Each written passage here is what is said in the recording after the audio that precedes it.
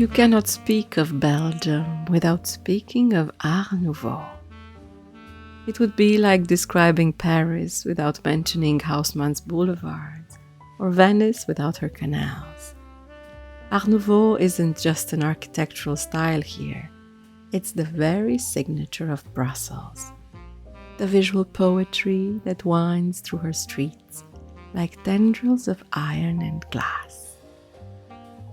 So when I set out to explore Brussels properly, choosing at least one Art Nouveau mansion to visit was inevitable. I opted for the Maison Hannon, and what I found there exceeded even my most romantic expectations. Located in Saint-Gilles, one of the 19 municipalities of the Brussels capital region, the Maison Hannon announces itself before you even cross its threshold. The facade, with its white brick, limestone, and bluestone, curves around the corner like a living thing. But it's the greenhouse, built entirely of metal and glass, that truly arrests you. It doesn't simply occupy the corner, it overflows onto the street, audacious and unapologetic, as if the house itself couldn't be contained. This was the vision of Jules Brunfaut, an architect who had never worked in the Art Nouveau style before. In 1902, his friends Édouard and Marie Hannon came to him with a commission that would change his life.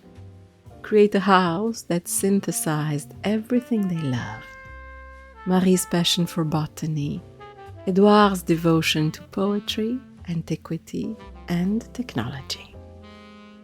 They had just returned from the 1900 Paris exhibition, dazzled by the work of Émile Gallé, the master of French Art Nouveau.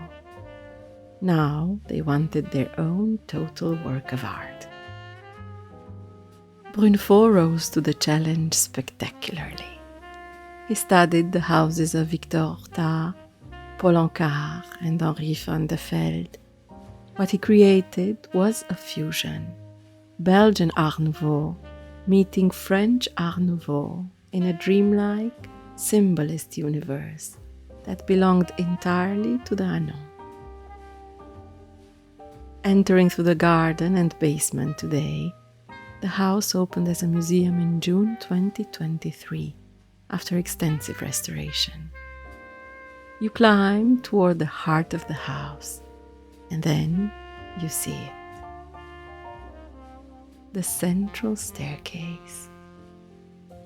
I've stood before many grand staircases in my wanderings through Europe's palaces and museums, but the staircase of the Maison Hannon is different.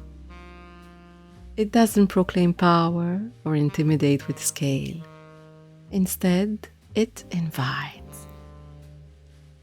Light pours through the immense bow window, illuminating frescoes by Paul Albert Baudouin, mosaics that catch the sun, stained glass that fractures it into jeweled fragments. The banister curves like a vine, the floor tiles form intricate floral patterns, and everywhere, in every detail, you feel the presence of nature transformed into art. The house unfolds across 3 levels, though only a few rooms are fully furnished. Many pieces, including Gallé's original furniture, are gradually returning home. But what remains speaks volumes.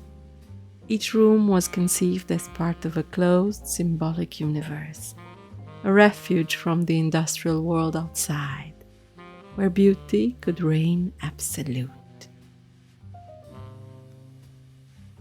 In the smoking room, remnants of frescoes hint at the evenings Édouard might have spent there, discussing philosophy and poetry with friends. The dining room still bears traces of the elaborate dinners the couple hosted, meals served on crystal designed by Gallé himself. And throughout, the motifs repeat. chrysanthemums, poppies, vines, water lilies. Nature stylized but never tamed. What moved me most wasn't the grandeur, though. It was the intimacy. This was never meant to be a museum. It was a home, built by people who believed passionately in beauty's power to transform everyday life. When I learned that Édouard Hannon was a photographer, it made perfect sense. This was a house built by people who paid attention, who noticed light, composition, the way shadows fell across a table. Standing in those luminous rooms, I thought about what it means to choose beauty so deliberately. The Hannon didn't simply buy beautiful objects.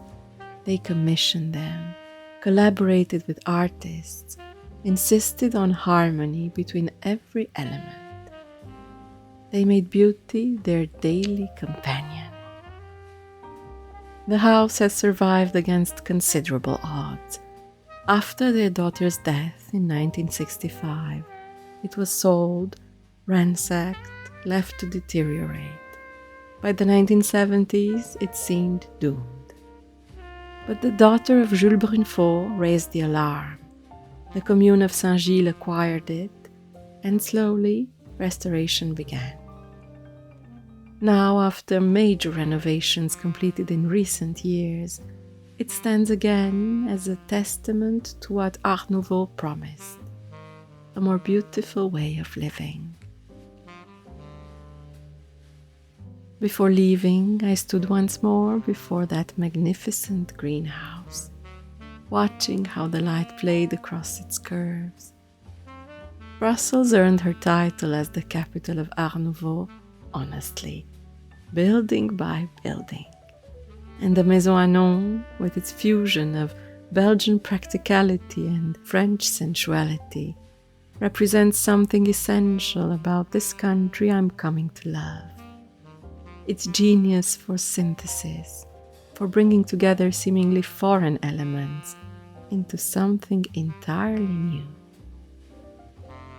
As I stepped back into the street, the ordinary world felt subtly transformed, as if the house's dreamlike logic had followed me out.